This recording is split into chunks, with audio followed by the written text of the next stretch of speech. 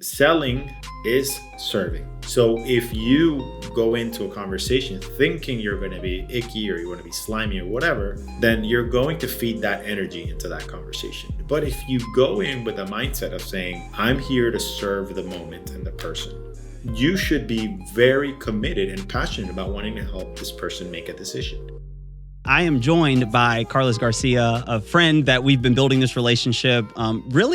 So I looked back right before we jumped on the call, Carlos. The first time we ever interacted was towards the end of 2023, which feels crazy. I shared a story that you posted on social media. I shared a post to my stories. And then that was kind of our first interaction. And then we had a more intentional conversation about a year ago, almost to the day. And he is a sales professional, sales expert, and really just been doing so much great work when it comes to that. So, Carlos, thank you so much for joining us on this episode. Hey, thanks for having me, man. Appreciate it. I would love just to get started with just hearing a little bit about your story, where you're from, childhood, growing up, what some of that was like, and let that kind of dovetail into what you're doing today and the journey that got you to this place where you're now really doing a lot of work in the sales space, working with businesses. How much time do you have? I'm just kidding. So I'm originally from Venezuela and lived there until I was 9, moved to South Florida, predominantly live out of South Florida, and kind of, new identity, new challenges, right? New language, new customs, but adapted fairly quickly. From there, most of my career has been in the world of, customer service, sales, from working at Best Buy when I was 18. But I was always had an entrepreneurial spirit. I started washing cars when I was 13. As a matter of fact, I'm proud to say that in 6th grade, do you remember Pixie Sticks, those little sugar stick things? Yes, sir, I used to buy those at Walgreens when they were 2 for $1. Back then, it was 59 cents for one of them or 2 for $1. And each of them had a 10-pack. So I would spend $1 on that and I would sell each of the sticks for 25 cents. So I loved money. I loved making money. I loved finding ways to do things to do that. A lot of it's because I come from an entrepreneurial family. My dad has been an entrepreneur all his life, so I think I took a lot of that from him. And my mom has always been, working as well, and she was a professional. And so seeing my parents, work all the time, sort of gave me that mindset that I should be working too. And from washing cars to selling Pixie Sticks to then being a bag boy at Winn-Dixie down here in the South. I think they have Winn-Dixie in Louisiana. Yeah. But, did anything that I could just to learn how to make money and become financially independent very early. From there, my first real sales and interaction with actual customers was in Best Buy.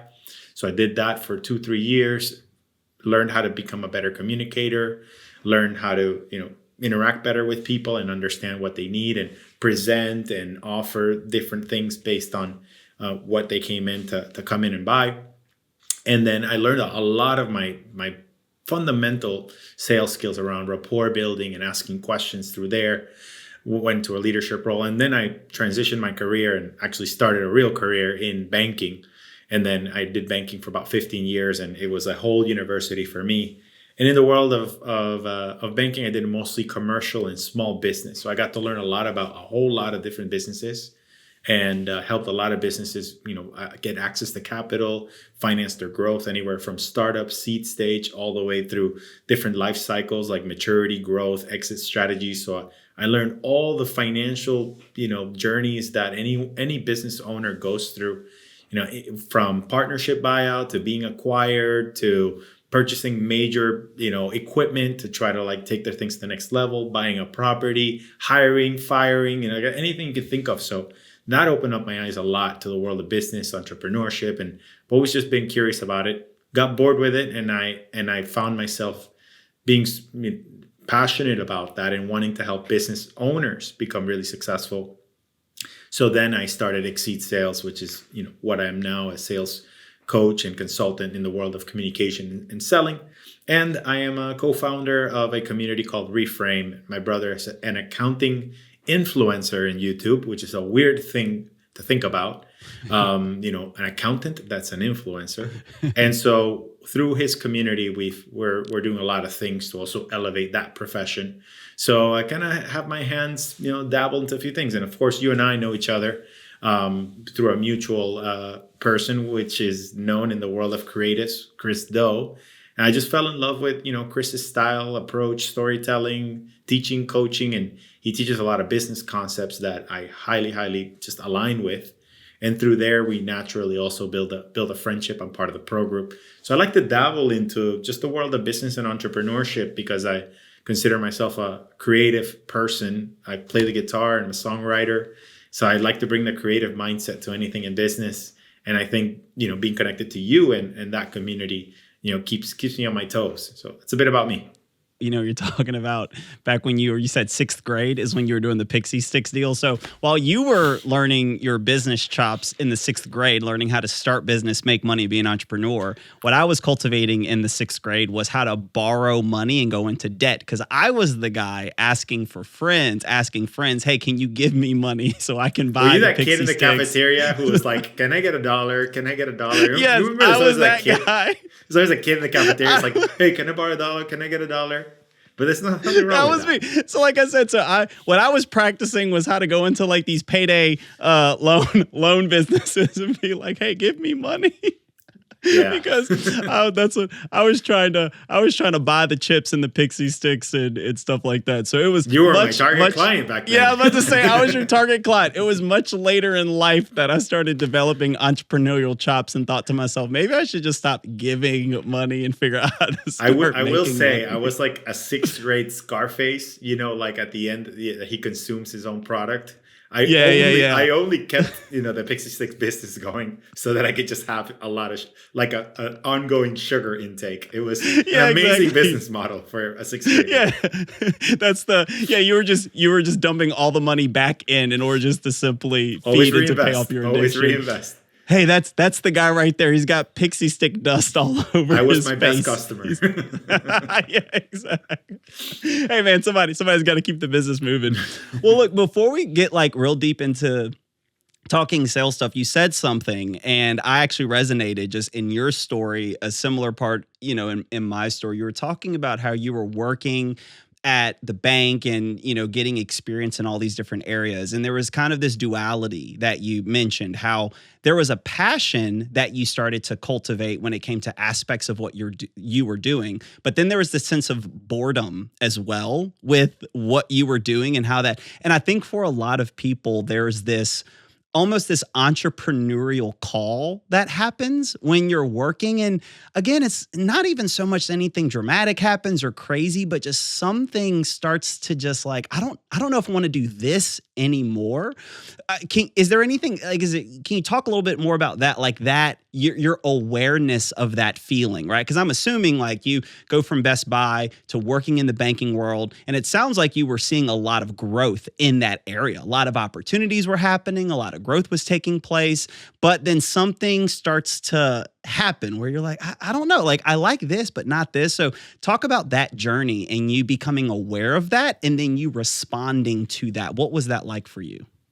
Man, what a great observation. And I would say that that is such a relevant and important journey for anyone who is in a space that wants to do something that's safe versus wanting to be free. And that's what it is, right? It's like I valued safety over freedom.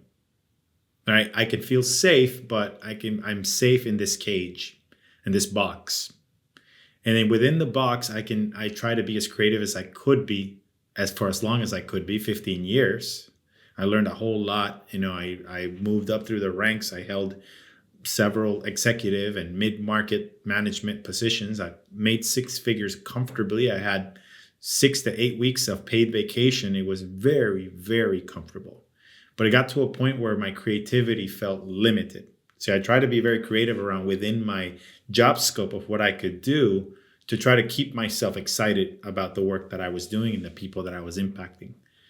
But that the moment that you wake up and you say, this effing conference call again, and we got to go do this dog and pony show again, and I gotta go say the same words again to the people and to the customer and to the team, and knowing that if I have an idea or a different way that we can do something, and someone puts a stop sign, say, well, we can't do that because of legal, or we can't do that because of marketing, or we can't do that because of whatever, we have to get a blessing or an approval or an exception done by all these people. I'm like, in my head, I more and more this creative fire inside of me that wanted to leave kept on sort of like building up. And the breaking point was COVID. I got to a point where I got passed up for several promotions, and they gave me sort of the, you're great and we love you. But you just kind of got a waiting line for the ladder, corporate ladder. And I just didn't want to feed into that BS anymore. And COVID, you being in the same place, locked in for a long time, you kind of get to see the true colors of your company, especially responding to customers during difficult times. And at that time, banks were being given the responsibility from the government, the SBA, to issue the PPP loans, as you know.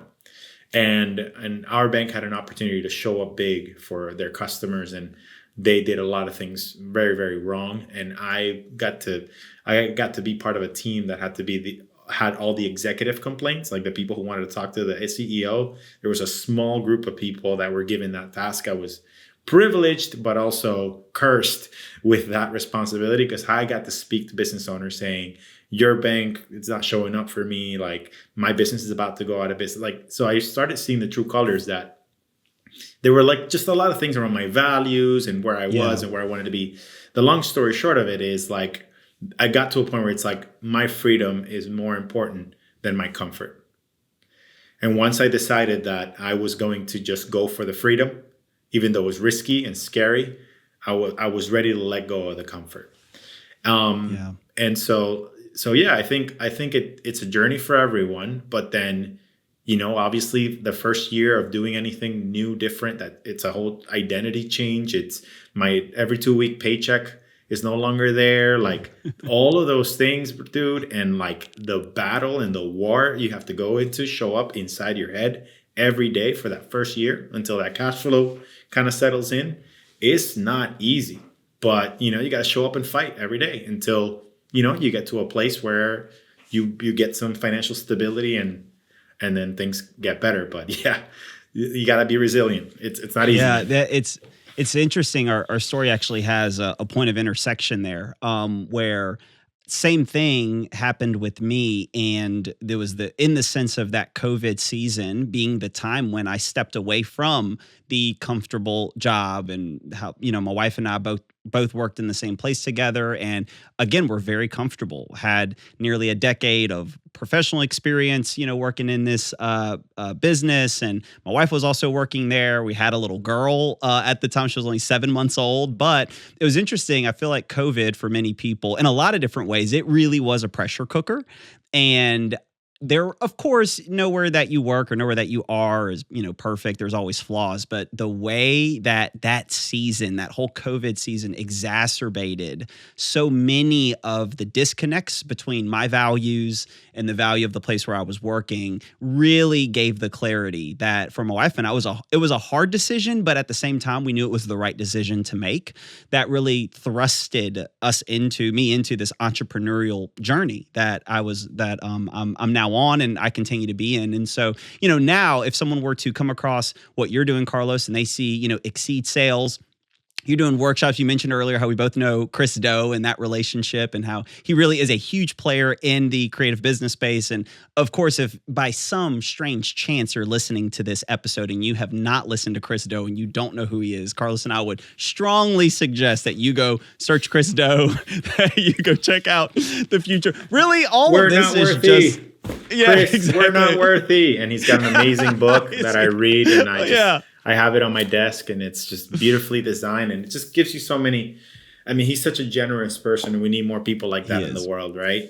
Yeah. And look, for those of you that are going to be listening, or you've been listening to the podcast, so much of my relational network are people I've met through Chris Do and his coaching group, the Future Pro Group. And so, look, I ain't sponsored, but you're going to be hearing a lot of commercials in passing with conversation because I believe in giving honor and credit to those who have really, paved a way and who have helped invest so much in who you are and where you are today. But getting back to what I was saying earlier, Carlos, now if people kind of zoom in on your story right now, what they see is, Exceed Sales and, you're doing workshops with Chris, like in person, and you guys have built this great working relationship and on calls, which I know even beyond that, like even for Chris to open those doors for you, I'm sure there was, growth, momentum, consistency that you were seeing in your business. But obviously, in a lot of ways, COVID feels like it was a long time ago, but also still feels like it was yesterday. You started touching on that, you go from this very comfortable 6 figures to where you now are. You decided, okay, I'm going to move towards freedom. I'm going to put freedom over my comfort. Something you mentioned that I think is such a great takeaway for people who maybe you are experiencing a little bit of that gnawing sensation is really knowing what are your values and what ultimately is more important for you and what it is that you want to do. And I think some of that will be a guide, but just, I guess kind of, just touch on a little bit of that journey. Like you said, how much time we got, because I'm sure there's stories. But from you taking that initial step, you recognize that disconnect. You went through that COVID season. You picked freedom. So you start this to where you currently are. What was that like? What you're doing today? Did you have that blueprint in your mind that, okay, I know I want to be sales professional. This is who I'm going to work with. And then this is the path. This is the road. Or was it like, I kind of have an idea. I kind of have this experience. Let me just start something. And then you pivot here, you pivot there. This flexes, that flexes. What was that journey like from the transition to what you're doing today? Awesome, man. Get your popcorn ready. So I'm ready, man. I'm ready. So get my pixie sticks ready. Yeah, get your pixie sticks ready. So typically what happens is, at least for me, and I don't want to say this for everybody, is that the idea of this is probably not in my future. Like it's just like kind of inception, right? It's just like one thought starts in your mind. You're semi-engaged, you're happy, but you've gotten some soft barriers or obstacles. That first thought happened 7 years before I quit. And year 1 was like, I'm thinking about something different. I'm thinking about wanting to do something, right? I just got into thinking mode. But the comfort took over. Year 2, I would say it again. Year 3, I would say it again. But every year, the thought, right, just grew more. It manifested. It's sort of like just the wanting to get out of the comfort, the desire kept on growing. And like it's sort of the balance of comfort versus freedom was sort of like, I was like 90-10 on comfort versus freedom. And then every year it kept on like, getting smaller.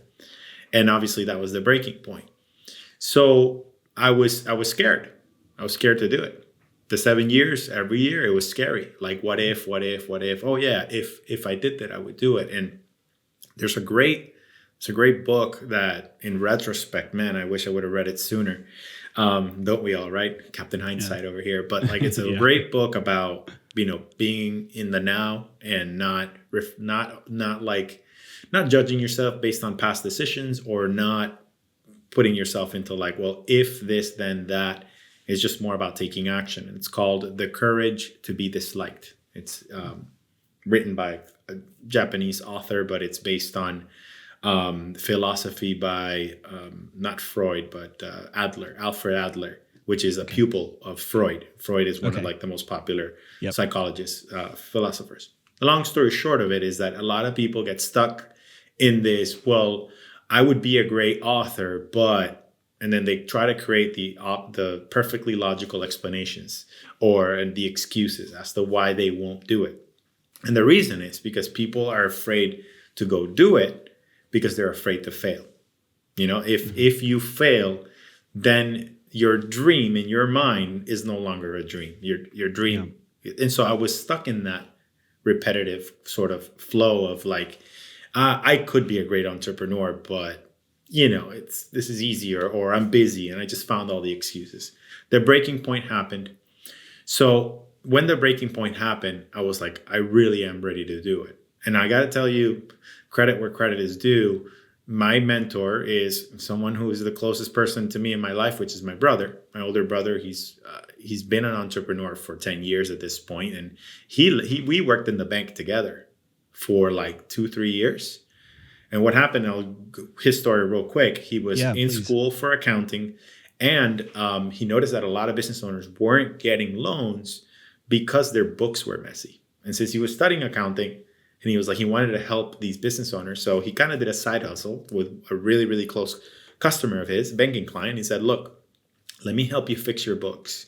Don't pay me. Like, let me just do it for you. And in my learning curve, it's just an opportunity for me to do it, or pay me something ridiculously stupid. And the guy was like, yeah, sure. I'll give you $100 a month for something that should be charging $500 a month or whatever.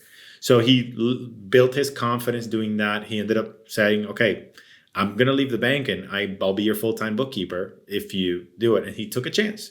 Became that. He realized that QuickBooks, the software itself, had a lot of things that a lot of people didn't know how to do. So he started making YouTube videos. He blew up. He's got 290,000 subscribers. He's a thought leader in the community. He's killing it. So every year he's getting better and better.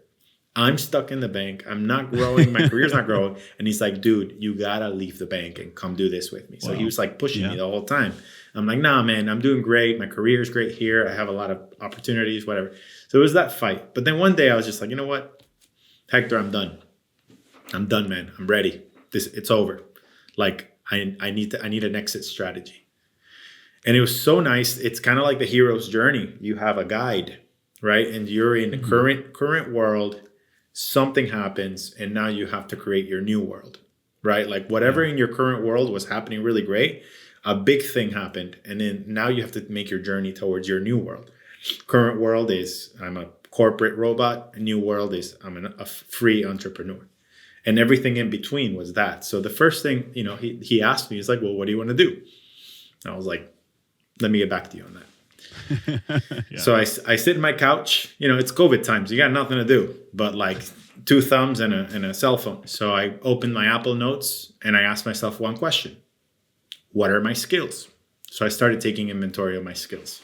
Okay, I'm a great communicator. I know sales. I know negotiation. I'm a trainer. I know about mortgages. I know about retirement. I know about lending. I know about this. I know about that. So I take inventory of everything that I do, and almost always came back to coaching, developing, training, facilitating, and then like sales always kind of called back to it. So I was like, great, it's going to be a sales training and coaching business. And so then the next thing I want to do, what's going to be the name? So I'm like, all right, the result is going to be get more sales. So I was like, improve sales or whatever. And I got to exceed sales. I was like, exceed sales? That sounds cool. Exceed sales. Then I kind of wrote it, and like I wrote it in different ways. And, like it's kind of like a fun experience of you're getting excited about this thing. So I do it. And then I call him back and I go, I got it. Exceed sales, sales training and coaching. And he's like, okay, cool. What are you going to sell? I'm like that. He's like, all right, well, what is it? It's a training. It's like, okay, do you have a presentation? How much you're going to charge? And let me get back to you on that. Yeah. So like all of this is happening transpiring in the, 2, 3, 4 months as I'm developing my idea of what I want to do. So I grab my laptop every Saturday from like 10 a.m. to like 1 p.m. I go to Capital One Cafe in the corner of Brickell. Headphones, put some lo-fi music, and I just start taking courses. I start researching the work, and I start building PowerPoint from scratch. And I built like the first training course, if you will. And it was called The 4 Steps to Exceed Sales. It's so cool because it's smart, because it's my brand inside of the title, like all this stuff. Yeah. So I do it, and I'm super excited about it. And my dad at this point was doing insurance sales, because my dad's does a little bit of everything. So I go visit him and with my parents, and I pop up the PowerPoint and I go, check out this thing I'm looking to do. I want to get out of the bank. I want to do my own thing. I want to do this training. I go, Dad, could you give me feedback on it? And I put the PowerPoint, share it on the TV, and it's this. And he's asking me questions, and my mom's kind of yelling across the kitchen, oh, that's really nice, whatever. And then I go, one section is like, and we're going to talk a lot about like listening skills and active listening. My mom's like yelling from the side of the kitchen, oh yeah, your dad needs that. He doesn't listen Yeah. that much. And my dad's like, Merced, Carlitos is showing me this. Let him, whatever. And I'm just like, okay, what's happening? And my dad's like, this Yeah. is really good. This is really good. You should, he's like, whatever, right? And I show it to Hector. I show him the PowerPoint and he's like, this is what it would be. He's questioning, asking me questions. And then kind of at the end, he just pauses and he goes, this is good. You could sell this. Wow. And I get emotional, man, because it's like, like, okay, like I can do this. So after I show that to my dad, he's like, you know what? I know a lady that is the agency owner of the insurance, and they just need to get their performance up. Let me give you her number to see if she'd be open to talk to you. So he gives me the number. I call her. We do like a 20-minute, needs assessment. I do my thing, right? Like what I do, which is I ask questions. I learn about her needs. And she's like, okay, send me a proposal. So I call Hector. I go, dude, I got a lead. And he's like, really? He's like, yeah. He's like, I got to send her a proposal. What do I do next? And he's like, well, what are you thinking about charging her? And I'm like, in my head, I know that he's a pricing guy, right? But at this point, this is the first time I ever see myself as what should I charge? What am I worth? This was like my new first self-worth question. And now in my head, I'm like, I'll say 500. But if I say 500, he's going to say that's too little. So I'm going to say 800. Just so that like he knows that I'm charge him. Yeah, So I know my value. Right. I'm putting myself out there. So I go 800. And he goes, that's too little. I'm like, he goes, you should charge 2,500. And I'm like nervous, like my heart's beating, like, what? And he's like, yes. And this is how we're going to do it. And he just boom, boom, boom, boom. It's going to be a 4-week thing. And this is how we're going to put it in and he's like, by the way, do you have a website? No. I was like, jump on Zoom, screen share. We randomly just register exceedsalstraining.com. We start the website. We spent 2 hours building the website. We built like our framework process. My picture was there, this, that, the other. Boom. We built the proposal, sent the proposal. Send the proposal. Crickets. A day comes by, she doesn't respond. 2 days come by, doesn't respond. My dad's like, did she answer? My Hector's like, did she answer? What's the status? You get nervous. But I'm still in the bank. I'm still doing my thing. I'm doing my conference calls in my head. I'm just like, well, it happens. It doesn't matter. A week later, she's like, let's do it. Wow. I'm like, holy shit, I got my first gig. Yeah. The rest is history, man. But like, I wanted you to kind of know the journey. Yep. But thanks to having a guide and a mentor that can like give me those scaffolding steps to build a framework to get to where I need to. And then from there, I started, it just fast forwarded me towards, I started reading Chris's book. I started listening and reading books. And I started realizing when you're in a corporate job, they are feeding you all these, web trainings and these compliance things for you to like educate you and give you the skills. But when you are your own business owner, you are responsible for your own personal development. And I needed to shift that mindset too, that like I needed to give myself a structure. I needed to give myself goals. Like I'm reading this book, I'm reading that book. And I wasn't a big reader when I was a kid. I just like watching the movie version of whatever, but now it's like I had to shift everything. It's like I am the one has to invest in myself to grow my knowledge and my experience. So I'll pause right there and see what thoughts you have. Yeah, man. Three things stand out to me as really you've been sharing this whole story and this whole journey that I think is applicable to where anyone is in their business owning entrepreneurial journey. One of the things that stand out to me is even though you started sensing this desire and this call for moving into something different, running your own business for 7 years that you were talking about, working in the bank and, you're in this thing of being comfortable as opposed to stepping out to freedom. The first thing that stands out, though, is there was still the willingness in you that I'm sure some of what was motivating it was, again, that sense of comfort. You were afraid, you were fearful, but you still threw yourself into where you were to develop and to grow as a person, as a someone who worked somewhere at a business as, someone who is serving maybe the vision or the business of another person, but still nonetheless, there was a willingness in you to grip what you were doing and to put yourself behind it. Oftentimes, it's in that grind or in that place of life that you're not in the ideal situation. You're not in the ideal circumstance. You're not doing exactly what you want to be doing, but you're cultivating a skill set that's going to serve you at another point in your life. And so while I, believe in starting a business and running it, I think that we will nonetheless will journey through moments of life where we are in positions and in places that we don't want to be, but there are lessons that we can extract from that. So that's one of the things that stood out to me about how even though that wasn't the thing, you were still pouring yourself into where you were. You were still engaged, you were serving well, you were building well. The second thing that stands out to me is a humility. It's a combination of humility and that guide. Having that person that even though you felt this, I want to do this, I want to do this, you didn't just go run out there and tried to figure it out, that you found someone who has been ahead of you and who can help direct those steps. And so it's not only important that we have that guide, but we then have the humility to receive and to engage with what the guide tells us, right?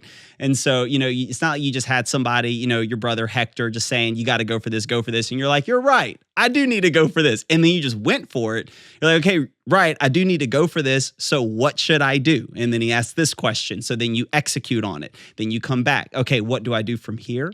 So that's that second thing that I've noticed is that there is a humility about you to find that guide and to receive from them and to put this stuff into practice. And then the final thing that really stood out with whenever you kind of started asking these questions about where do you want to go when it comes to your business is you started with the question of what are my skills? Where oftentimes people start with like, what's my dream? What's my passion? What's the outcome, right? And so they'll start writing down, to all this freedom, or I'm passionate about this, or I dream about that. And you talked about you do music, you play stuff, and I'm sure there's passions that are there. But when we start talking about business and we need to find a way to monetize, who we are and what we do. Yeah, if you have the runway, you're living with your parents and they're bankrolling your whole life, and you can just, focus on just your passions and start up a TikTok account if it doesn't, get fully banned in the US or whatever. But you can just start up some stuff and pursue your passions. But you started with, okay, but what are my skills? And again, those skills tie back to that first point. You've been cultivating these skills in school as a sixth grader, cultivating these skills as a Best Buy employee, cultivating these skills working at a bank. That's where these skills were being cultivated. And so, yeah, you didn't love working at Best Buy. You didn't love working at the bank, but those things gave you the skill set that you needed in order to move into what you now love, what you're doing, building something, building a business. And so those are all three things that stand out to me and I think are applicable no matter where anyone is in their journey, is to not get so focused on where you want to be. You disconnect from where you currently are because you have to start with where you are. There's just no way around that. Okay, so now getting to, where you are today. And really, from where you've started and kind of that, talk to us about, I think about how with Hector, he saw this gap, right? Like this gap that he saw was he's working with you in the banking space. But then he realizes that oh my goodness, so many of these businesses, they're not getting loans because their accounting is not in place, right? So he's taking his skills, he sees a gap in the market, he then steps in to resolve that tension. For you, as I'm assuming there was something, similar, right? Like you are working in the banking space, working in the world of finance and but you start seeing this gap when it comes to sales. And so talk to me about, you can zero in with financial businesses specifically, but even broader. What have you noticed are the gaps when it comes to business and it comes to their sales process, when it comes to them selling? What are the gaps that you're seeing in the market that you are noticing? Yeah, even though you specialize working in the financial sector, I'm sure you've worked with businesses even beyond that. Is there overlap? Are there patterns that you're noticing where there is a gap where, man, any business could take some of this information, some of this into their sales process, into their sales experience that will benefit them and will help them exceed in their sales? Oh, look at that, man. That's beautifully done. You saw that? That was a good little pivot, huh? Yeah, that's good. Well, I think that I don't know, very early on, I've always had this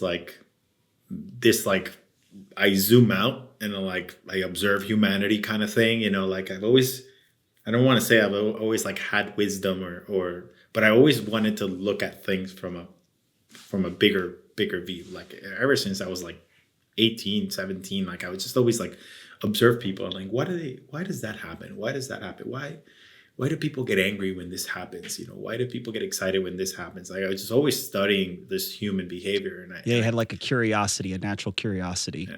And it always came down to two things, communication and ego. Like if you can manage ego and you can manage communication, anything, you could really manage anything. And I realized that very early on. And when I was in, whether it was in Best Buy or I was in, banking, I realized as long as I don't put my ego in the way in this conversation with someone, and I can communicate my intent and I can serve the person, the moment, my audience, the client, whatever, I think I can have high probabilities of advancing towards the outcome that I want that would be mutually beneficial. Whether it's I need to convince a partner group of leaders who make decisions on executing a specific strategy, or I need to convince a specific banker that is underperforming in letting them know that asking extra questions would help them build more rapport, which then would help them unlock opportunities to then present a loan solution or a credit solution. Like I realized that if I can just, execute these things and I could persuade and influence people where everybody's winning, right? Without putting my ego in the way and just being able to effectively communicate. So to answer your question, I think most business owners, whether you are an individual operator, you are the business, or you are someone who's grown your business and you have 10 employees and this and that, like they struggle with the human soft skills, interpersonal skills. They don't realize how expensive it is when you don't invest enough time in relationship building skills, in communicating effectively, in just conversational frameworks and leadership frameworks. And that is really the speed of your successes by mastering those things. So this is why I'm so passionate about the concept of language, of communication, of being able to be more effective of communicating your intent. And then the other thing is obviously just not doing it in a way where it sends the message to the recipient that it's all about you. Like be more in service to them, because a lot of people that may just not aware of it, they start with the letter I. Well, what I think we should do, and this is what I do, and this is what we do, and let me tell you about me, and let me tell you about me, and it's not about you. It's about them. So I think flipping those two mindsets or just putting additional emphasis, most businesses would be a lot more successful if they could just get better at that. And where technology is advancing and AI is automating a lot of things, humans are still humans, right? And so humans still want to talk to humans to make decisions, a lot more now than ever. And humans want to also rely on the opinion of a human, the perspective of a human, the experience of a human. Well, I tried that and didn't work because of this. I tried that and here's how I failed big. So this is why you should avoid it. Like an AI or a bot or a chat GPT where you say, what should I do? What should I do? They're going to give you a lot of content, but I don't think they'll be good at giving you the context, and their personal journey. And humans have always been attracted to great storytellers. And if you realize like early human ages, there was always a fire in the middle and people sitting around the fire and someone's always telling a story. And you can convey messages, you can persuade better, you can influence others better if you can leverage all these skills. But it always goes back to communication. But my personal take is manage your ego. You can communicate really effectively. Those two things are the keys to success. Yeah. So you started noticing where a lot of people were fumbling and making mistakes when it came to sales opportunity. It was one or the other, or a combination of both, of letting ego get in the way or poor communication stumbling things up. Can you give some examples of what it looks like in the context of a sales conversation as a business owner? What does it look like when I'm letting ego get in the way? How do I know that's happening? How do I keep it in check? what's that thing about ego that because I think that that's a great point. I almost feel like I'm about to have a marriage seminar with you and have how to have a better relationship with my wife when we start talking about not letting ego get in the way and better communication. Yeah. It is so true how important those two things are. But I think that first one, ego, because I haven't heard a lot of people talk about that in the context of a sales conversation, being a business owner. So yeah, what does it look like as the business owner when I'm letting ego take over in a sales conversation, and what do I do to combat that? Yeah. I think a great question that one of my mentors shares with me, Phil Jones, the writer of the book, Exactly What to Say, which I know you're familiar with. He likes to always ask, do you want to be right or do you want to get the right result? And so if the moment requires you to not be right so you can get the right result, then what's needed in order to stay away from letting your ego get in the way? And sometimes our ego shows up instinctively. Like it's not, we don't want to, but like there's something that triggers us to like go into like, who do they think they are that they say that to me? Or like, why are they attacking me? And so that the other things we have to sort of just be conscious of is just we need to be curious and empathetic. Try to understand the world from someone's view first before you think it's about you, because most of the times it's never about you. Most of the times it's always about them. So I'll give you an example. Let's say that someone comes to you and, it was kind of shaky from the beginning, but you ended up taking the engagement. And they call you and they go, hey, you made a mistake. What's the first thing that comes to mind for you? What are they attacking? I made a mistake. They come to me like that, then my competence, right? Mm-hmm. They're questioning, do I know what I'm talking about? Do I know what I'm doing? So yeah, competence is what I feel like is being challenged at that in moment. your head, because you're very proud of being detail oriented and you're focused on quality, and like when someone goes straight at you like 0 to 100 real quick, like, hey, you're always making this mistake, or you made this horrible mistake, and they usually, clients, when they get really really frustrated, or people when they get really really frustrated, they don't really process what they're saying because their emotions, like they're kind of seeing red. So often a lot of people will use words to catastrophize things that are really not that big of a deal. Like there are certain people in my world that I constantly have to manage my ego with.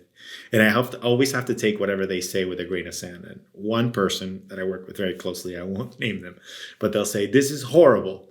This is atrocious. This is a disaster, right? Like when someone uses these catastrophe words, immediately your body physiologically, you're like, oh my God, 911, right? So so I think the first step is identifying what triggers the ego to come out, or like that stress to come out, right? So find that. The best way to combat anything that might be attacking you, your integrity, like your character, because that typically is where your ego comes out when they say, you always do this, you never do that. So like anybody who uses absolute words like you always, you never, it's like they're trying to attack, something that characterizes you as like, something absolute that that factually isn't true. So what we tend to do is we go into defense mode. And you're like, who are you to tell me? And like that's where a lot of the friction happens. So what we want to do instead is you just want to stay curious. And what we just want to try to do is ask questions and maybe just verify the validity of some of these things that are being said. So one of the best tricks you could do, if you have a partner, this works anything, in business and anything. When someone starts with you never, you always, all you got to do is say, always? Never? Like ever? Like every time? Like out of the last 10 times? And then they'll usually backtrack and say, well, you know what I mean, the last 2 times. Okay, well, the last 2 times. And so someone have to be a little bit of a, meticulous in making sure that the person that's speaking to you is being precise with the word choices that they're using, so that you can get to a place of a neutral conversation. And like you're trying to take the stakes from high and at least just put it on neutral. You could just say, hey, I'm curious. What makes you say that? And just try to understand where they're coming from, right? And just take a moment. But like, yeah, like some people are coming from a place of pain when they're trying to come to a fight because like they're stressed, they're overwhelmed, they're fighting a battle you don't know about. So I think if we could just stay curious, slow down a little bit, and empathize. And 9 out of 10 times this happened a lot in the bank. I'll give you the example of the COVID, where I was calling people that were highly stressed, and they were ready to fight. And like half of them were ready to jump on a call. Hey, I'm Carlos. I'm calling from blank bank. And, I'm just personally reaching out because I know that you wanted to speak to the CEO. I am on the executive team. What can I do for you? They're like, you guys, and you did this, and you never do that, and you opened a bunch of fake accounts for me, and this is terrible, and I can't get access to my PPP. And if in the next 2 months, I'm like, oh my God, I'm so sorry to hear that. Like, like just chill out. Like, the good news is I'm here to reach out to you that are like, I'm not trying to go with the you guys and you and you and you, like, because your ego will go in there like, hey, don't talk to me that way, right? I could easily say that, but I'm seeing the world through their lens. I'm trying to be empathetic to understand that, like, this person literally could starve tomorrow, like can't feed their family. Like if I was in their shoes, I would definitely feel like what they feel. So we need to feel what the other person's feeling before we go into like trying to say like, hey, who are you? I'm offended, So Yeah. That a big takeaway. I'm something I'm taking away from that is this thought of, okay, if I'm approaching a sales conversation with a potential client, a prospect, someone that I'm interested in working with, if they come with statements that could trigger me or put me into a mode of defense, don't make it personal. Don't make it about me. Make it about them. And in the sense of approaching it with curiosity, right? So I would think of, in a sales conversation where, maybe you are hit with something like that is you're talking over the price, for example, right? You're going over how much something's going to cost. And so you get hit with this bit, oh, that's way too much money. It's not worth that, or that's way too expensive. I had that happen recently. I was on a call with a prospect and walking them through, having a conversation with them. And the moment we bring up money, I mean, they were just like, oh, that's just way too much, too expensive. Let's just go ahead and end the call right now.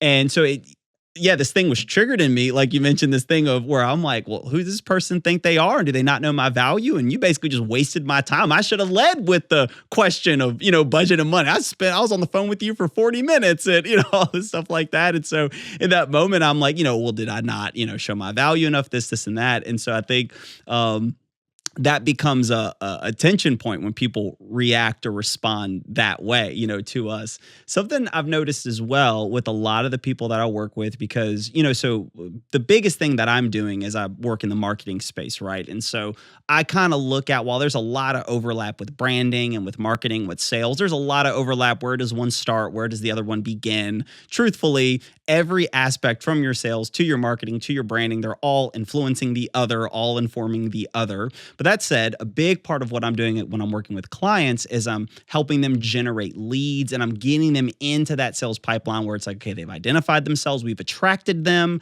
they've taken a step of action, they've identified that they're interested in. But since I'm working with a lot of B2C businesses or even some B2B, but basically I'm working with non-product based businesses where you can't just like click to buy, right? There's no like just purchase. And so the furthest I'm bringing someone to is that sales conversation with the business owner. That's basically what I'm delivering for my clients. And so whether they need to sell them on a membership, sell them on a service, sell them on some type of that's what I'm delivering to clients, is someone who's going to schedule a call, schedule a consult, schedule something where they have to talk to the business owner or someone who works there in order to get them over that finish line.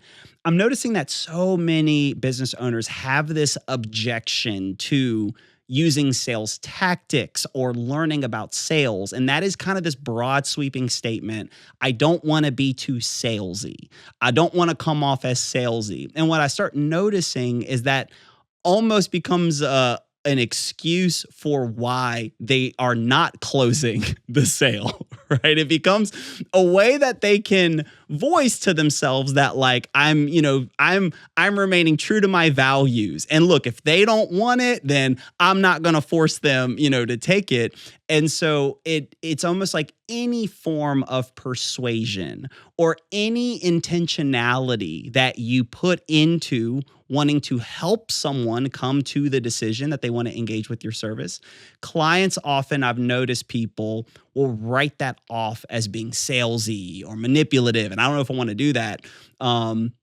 And so that can create friction where it's like, look, I'm bringing qualified, really good leads and prospects, but you gotta you gotta talk them through, to get to the other side. So what do you say to that objection? Have you heard that objection? Have you heard people bring that up? Yeah. So what do you say to that business owner who is like, look, Carlos, all this sounds great. I look at what you're doing, Exceed Sales, all this is wonderful, but sales training, I don't want to seem too salesy. I don't want my people to sound too salesy. So I don't know if this is the right fit for us when it comes to this. Yeah, I've got plenty of things to share on that. And it's a very common theme that there's like this mindset of, first of all, the way the world has framed what sales is, it gives us all the feelings of that ickiness, salesperson in the car dealership, or, like Glenn Ross movie that, you always be closing, or you've got the Wolf of Wall Street. That was also a popular movie that sort of created this, like, we're here to F people over. And we know that's not the way our business model is, and most of the clients you serve, they don't operate with those ethics or principles. So I think immediately the word sales has been marketed as a negative connotation. And I want to do this quick exercise with you so that you can kind of understand why language is so important. If I were to tell you, all I want you to give me back is just one word. If I were to tell you the word stereotypical sales, give me one word that describes what is a stereotypical salesperson. The word that popped into my head the moment you said stereotypical as well, manipulative. Manipulative, right? And if I were to ask you for a second or third word, you're probably going to say pushy or sketchy or something like that, like agenda, they're trying to like not like fake, that they only conditionally want to be friendly with you just so they can get something out of you. Now, if I were just to change that one word out of those two words from stereotypical to professional salesperson, what word comes to mind? Clarity. That's the word that comes to my mind. Clarity. Great. And if we were to think about second or third word, what were the next few words would you think of a professional salesperson? Guide. A helper. Changes the whole tone, right? Changes the whole tone of things, right? So all of it has to do with the frame that we use of what a salesperson is. All I did is change the one word, but you changed all the words. And that's kind of what we want to try to help people who are feeling like, oh, but I don't want to be this, but I don't want to be that. So we need to help them go through the mindset journey of letting go of existing beliefs of what sales is, and try to consider and adapt new beliefs of what sales really is. And selling is serving. If you are in service to help someone, selling is helping. Selling is service. So if you go into a conversation thinking you're going to be icky or you want to be slimy or whatever, then you're going to feed that energy into that conversation. But if you go in with a mindset of saying, I'm here to serve the moment and the person, and I'm going to detach myself from the outcome, but if I truly believe in the work that I do, I believe that the work that I do is good. These are a couple of things that Chris also teaches. He calls them the 4 agreements. I don't know all 4 of them, but I'll share it back with you so we can put it in the show notes. But it's, if you believe you do good work, if you believe that the value that you provide will exceed the investment or the price that they're going to pay you. And there's a couple of other ones around this concept of, like, if you know that you're going to be serving the client, then basically, like, you should be very committed and passionate about wanting to help this person make a decision. But all your only role that you are in a conversation is to show up curious, ask good enough questions, understand their pain really, really deeply, present and educate them with ways that they can navigate, and help them get clarity on making a decision, right? And then you ask questions. And yes, you need to influence someone. You need to lead them into making a decision. We are leaders, right? And so true leadership is if you feel like you've done all the right things, by you asked the right questions, they were qualified, they have the budget, they can do it now. You are the person that can solve that problem. And why the heck not just say the next thing? And there are a couple of ways you can do this, and some of the phraseology that I leverage from the Exactly What to Say book is really helpful because it's more influential without being icky or pushy or persuasive. Rather than me saying, go ahead and pay me, right? It's kind of awkward, right? So like, do you want to start now? So rather than you saying, so it sounds like based on our conversation, having a coaching program for the next 3 months to help you double your sales, and looks like you have the capacity to meet with me once a week, and it sounds like if we implement these frameworks, then I'm fairly confident that we're going to get you to a place where we're going to get you to double your sales. So what happens next is I'm actually going to send you the contract, and you're going to make the 50% deposit. And then as we arrive before our last session, you're going to go ahead and complete that. How does that sound? What questions do you have? Did that feel salesy? No, that's just business. Like all I did was summarize that you were qualified, you said yes, it makes sense, you have the money, and you just say the magic words of what happens next is. So it's natural rather than like pushy or salesy. But some of those skills are required with practice and intentionality, and sometimes being open to doing and saying things differently, and then keeping yourself in the mind that everything that I'm doing is to serve you. Like I only want to do business with you because I know I have a 99.9% confidence level that I am going to exceed the value that I'm going to provide you compared to the investment you're going to give. I'm going to give you lifetime value that's going to carry over 10x over the next years, and you're going to have these permanent new knowledge and skills that's going to impact your life and your business. And that's what I'm here to do. But we need to flip that mindset of like selling is icky and pushy. So some of that does require a little bit of mindset shifting and helping someone understand their current perspective and shift it. That word, man, I think that's the word. It's to let people know this is a part of you serving people. I think for many of us, part of what we enjoy about what we do is that we are solving a problem for people. No matter what business you're in, you enjoy the fact that you are meeting a need and you're solving a problem. Obviously, there's a monetary value you want to recoup from that, and there's a livelihood that you want to be able to afford. But just broadly speaking, we enjoy helping people and serving people. And so if we can take the step of understanding how selling is a part of that serving, that we have not predetermined the end goal for someone, because that is what makes it sleazy. That is what makes it manipulative, is when you have predetermined, I want to get this person to give me this response, and I'm going to do and say whatever I need to do to get them to say those words, to say yes, to sign the dotted line, to make that happen. Well, then it can be manipulative and sleazy, and that is what it is. But when we see it as a part of the serving process, where we're just helping guide people to what they need, and sometimes it requires that. Oftentimes it requires that persuasion, that intentionality, because people have arguments and objections built into their mind. I know part of what's helped me is just realizing how much I'm regularly selling things. And so it's just realizing that, like whether that is trying to get someone to go eat at a certain restaurant, right, that you've been to, or a certain movie you've seen. And it's not because there's nothing you're getting out of that, of them going to that restaurant as far as a direct monetary value. You're not getting a kickback. You're not getting it's just that you really believe for this person, they're going to have an experience that they are going to love. And you want to get that phone call where they go, dude, you were so right. That was amazing. Thank you so much. And you want to share that.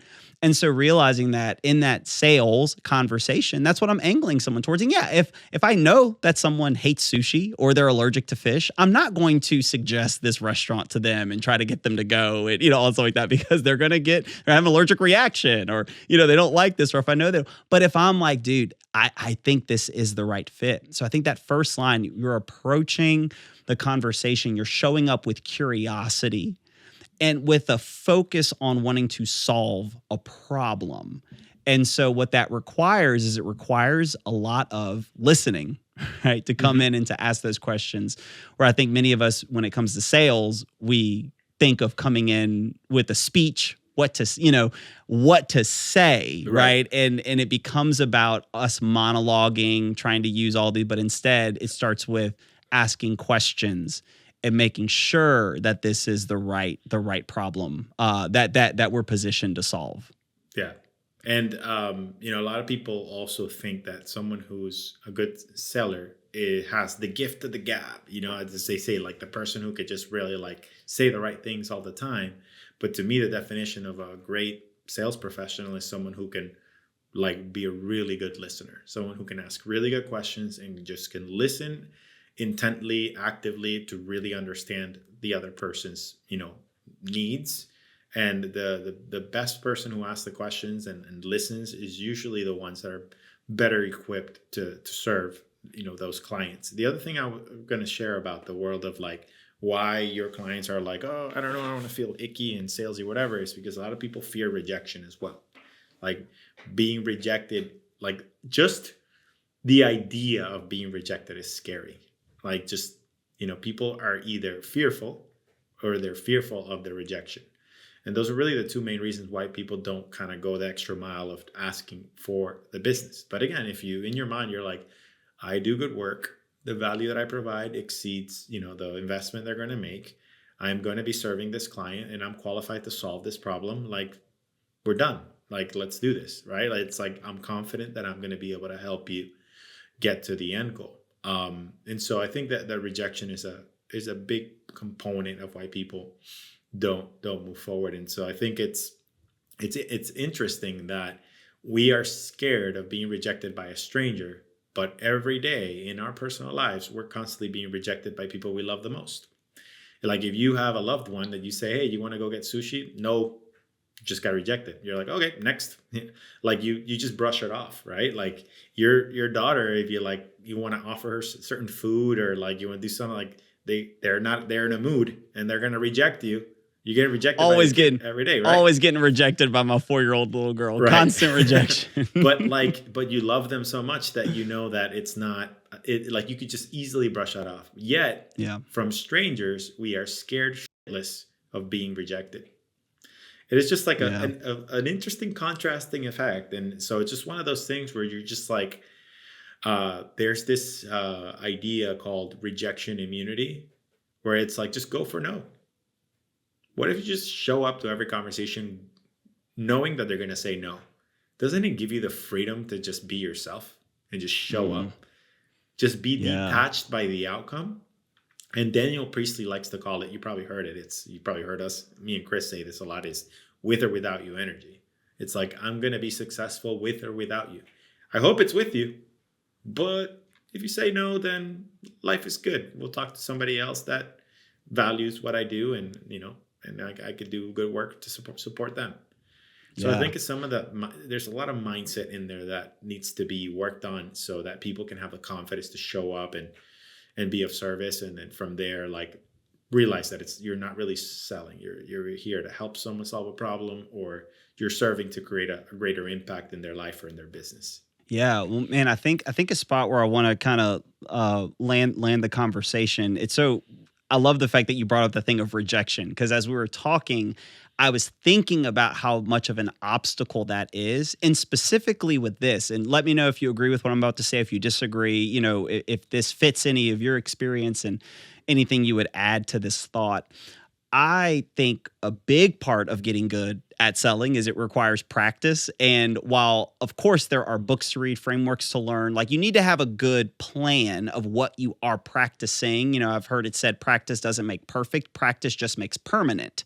And so you do want to make sure you're angling towards a good goal when you are practicing. That said, the biggest way to practice selling is sales conversations. And I've noticed even in my own personal life, but even with clients, what ends up happening, it is that fear of rejection that gets them out of the ring, where they won't weather the storm of practicing sales, because the rejection, it hurts them too much. And so what you notice, they start selling, but then if they feel like there's any resistance, they start like backtracking everything. Or, oh, I'll tell you what, we'll give you a 50% discount and we'll do this for free They and we'll do negotiate that. with themselves. Yeah. Yes, exactly. So they just start before the person even brings up an objection. That's the phrase. They start negotiating with themselves, and they all of a sudden start, bringing down value. They start throwing in a bunch of extras. They like start putting all this pressure on themselves because they're so afraid of rejection. So what ends up happening is they are then therefore not practicing how to sell well. They won't like stick to the plan and just get better. It's like they keep hedging, keep pulling back. And so what they end up practicing is how to negotiate with themselves and how to, sell themselves out of a good deal. To our next thing they know, they're in this pattern where what they're used to doing is offering whatever at 80% off of a discount. And then they're going to throw in all this stuff for free. And then the person ends up not even sticking with them or sticking with their service. And so now they're busy, but they're busy with people who can't pay them what they're worth. So now they can't meet their ends. Now they're taking on a high volume of people because everyone's getting this ridiculous discount. They're throwing in all these extras because they don't. So again, you're nodding and you're already speaking to it. So, that's kind of where, because I think for so many people, that's where they find themselves when it comes to sales is like, you have to put in the reps, but you have to put in the reps with a plan that is effective. But a big part of that is you have to be okay with the rejection and not interpret the rejection necessarily as a failure. It's just realizing like that may not be the right person. Let's keep looking. But instead we start, like you've said, negotiating with ourselves and start, I'll do this, I'll do that. So yeah, man, I think this will be a good place because I think so many people can relate to this. So a good place to kind of wrap it up. What just thoughts to that, encouragement to that, advice for that? What do you say to that business owner who keeps finding themselves in that rut where they're negotiating with themselves like that? Yeah, I think reframe what rejection is. Rejection is feedback. It doesn't make you a failure. It doesn't change. It doesn't define you. It refines you. It doesn't define you. It actually refines you. So good. Being able to be resilient and like embrace rejection as an opportunity to grow and learn from things. I think there are places where, folks can practice in smaller stakes situations. So if you want to try using specific language with your loved ones or with friends, and for, smaller, less high stakes types of scenarios. So like, I'll give you an example. Like there's a phrase from the Exactly What to Say book, which I'm going to reference again because I'm certified to teach that work, that says open-minded. And open-minded to the subconscious allows the listener to feel like at least they're going to be less resistant or more open to accepting what's going to happen. So if I were to say, how open-minded would you be for us to have a conversation after this podcast to kind of learn about, what we could do next to collaborate? Your subconscious is kind of going into, well, like, I'm not a closed-minded person. So immediately you might have a higher chance to say yes to something. So that's a rejection-free opening. So sometimes being able to use precise words, because earlier we talked about the difference between stereotypical and professional salesperson. It changed your entire perception or perspective of what that is.